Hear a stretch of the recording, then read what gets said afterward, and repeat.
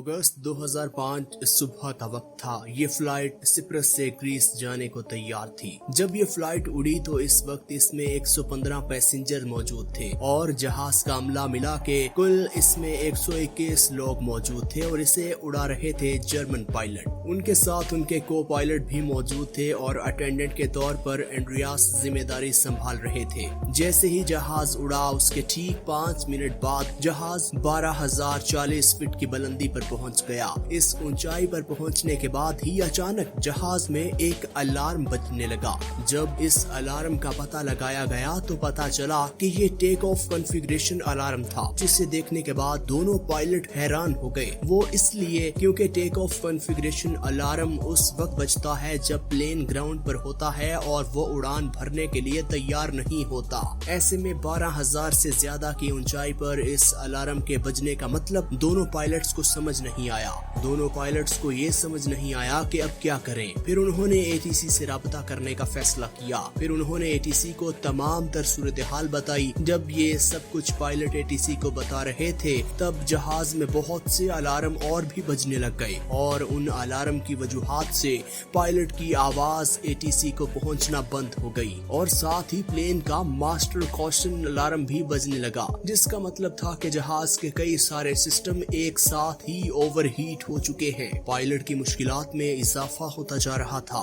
उन्हें कुछ समझ नहीं आ रहा था कि अचानक से ये सब क्या हो गया। ये सब देखकर जहाज के अंदर भी अफरा तफरी मच गई। क्रू मेंबर लगातार सवारियों को दिलासे दे रहे थे और उन्हें संभल कर बैठने का कह रहे थे। तमाम मुसाफिरों को सांस लेने में मुश्किलात पेश आ रही थी, इसलिए उनके ऑक्सीजन मास्क अपने आप नीचे आ गए। जब जहाज में ऑक्सीजन लेवल कम होता है तो ऑक्सीजन मास्क अपने आप ही नीचे आ जाते हैं। इस दौरान जहाज तकरीबन 18,000 फीट की ऊंचाई पर था। पायलट बार बार एटीसी से राबता कर रहे थे और परेशानी बताने की कोशिश कर रहे थे, लेकिन अलार्म की वजह से इसकी बात एटीसी से नहीं हो पा रही थी और कुछ ही देर बाद एटीसी से कनेक्शन पूरी तरह टूट गया। जहाज अब ऊपर ही जा रहा था और ऐसे में इतनी ऊंचाई में जहाज को जमीन पर आते वक्त भी 1.5 घंटा लगता है और कुछ ही देर बाद जहाज 34,000 की ऊंचाई पर पहुंच चुका था। उड़ान के मुताबिक जहाज को 10:45 पर लैंड करना था, लेकिन 10:45 से ज्यादा वक्त हो गया था और जहाज का कोई अता पता नहीं था।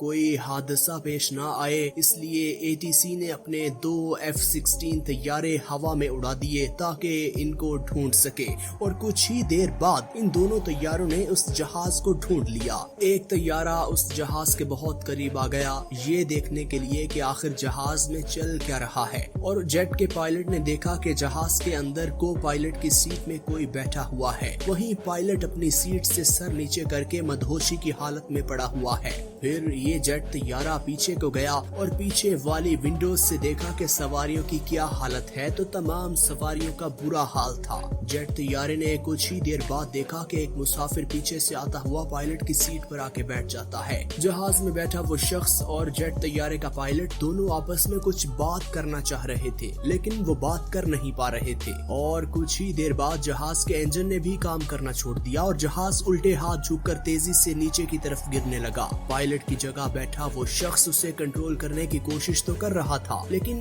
वो उसे कंट्रोल कर ही नहीं पा रहा था। बिल्कुल 12 बजे जहाज के राइट इंजन ने भी काम करना छोड़ दिया। जहाज का कंट्रोल अब पूरी तरह से खो चुका था और रनवे से 40 किलोमीटर दूर पहाड़ियों में जाकर जहाज क्रैश हो गया। और जब ये जहाज क्रैश हुआ तो इसमें मौजूद तमाम 121 लोगों की मौत वाक़या हो गई। यकीनन ये बहुत अफसोसनाक वाक़या था। एक बार महसूस कीजिए इस लम्हे को जब ये सब लोग अंदर मौजूद होंगे और ये मंजर पेश आ रहा होगा। इन तमाम लोगों पर क्या गुजर रही होगी और जेट तैयारों के पायलट पर क्या गुजर रही होगी जिन्होंने अपनी आंखों से इन सबको जाते देखा। और जब ग्रीस में ये खबर पानी की तरह फैली कि जहाज क्रैश हो गया है, फिर रेस्क्यू ऑपरेशन चलाया गया। 121 लोगों की डेड बॉडी को एक एक करके ढूंढकर बाहर निकाला गया और उनके वरसा के हवाले कर दिया गया और कुछ डेड बॉडीज के टेस्ट किए गए। जब टेस्ट किए गए तो ये बात सामने आई कि जहाज में मौजूद तमाम लोगों में से कुछ लोग जहाज क्रैश होने से पहले ही मर चुके थे। यहाँ सबसे बड़ा सवाल ये था कि पायलट प्लेन के क्रैश होने से पहले ही मर चुके थे तो लगभग 2 घंटे प्लेन का कंट्रोल किसके पास था।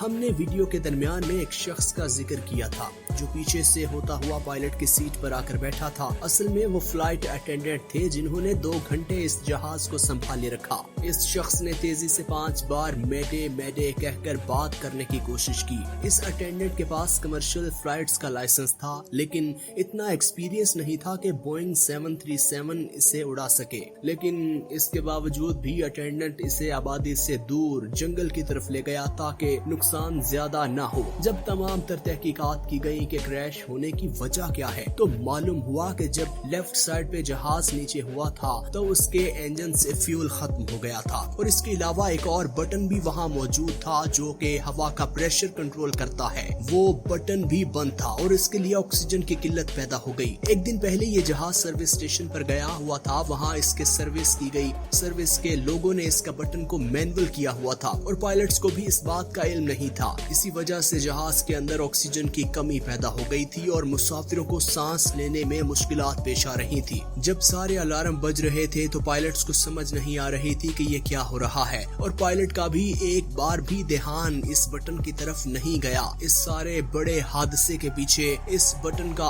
ऑटो होना था, क्योंकि जब सर्विस स्टेशन गया तो उन्होंने मैनुअल कर दिया था और अब ये बटन ऑटो नहीं था। क्रैश से पहले ही ये तमाम लोग इसलिए मर गए थे क्योंकि जहाज में ऑक्सीजन की किल्लत पैदा हो गई थी। अब आप सोच रहे होंगे कि सब लोग मर गए, लेकिन ये फ्लाइट अटेंडेंट कैसे जिंदा है? वो इसलिए क्योंकि ये स्काई ड्राइवर था। इनको पानी के अंदर सांस काफी देर रोक कर रखने का तजर्बा था। ये जानते थे कि किस तरह अपने सांस को लंबा किया जा सकता है, इसलिए वो काफी देर तक जहाज को भी उड़ाते रहे और अपने सांस को भी कंट्रोल किए रखे। लेकिन ऑक्सीजन न मिलने की वजह से उनकी हालत भी नाजुक हो चुकी थी और जैसे तैसे करके बस उस जहाज को आबादी से कहीं दूर जंगल की जगह पर ले जाने में कामयाब हो गए। लेकिन अफसोस के तमाम लोग जान की बाजी हार गए, और ऐसे बहुत से वाकयात छोटी छोटी वजह से पेश आते हैं। हम उम्मीद करते हैं कि आज की वीडियो आपको पसंद आई होगी। इसी तरह की मजीद वीडियोस देखने के लिए अगर आपने हमारे चैनल को सब्सक्राइब नहीं किया तो हमारे चैनल को सब्सक्राइब कर दें और बेल आइकन को प्रेस करना हरगिज मत भूलिएगा।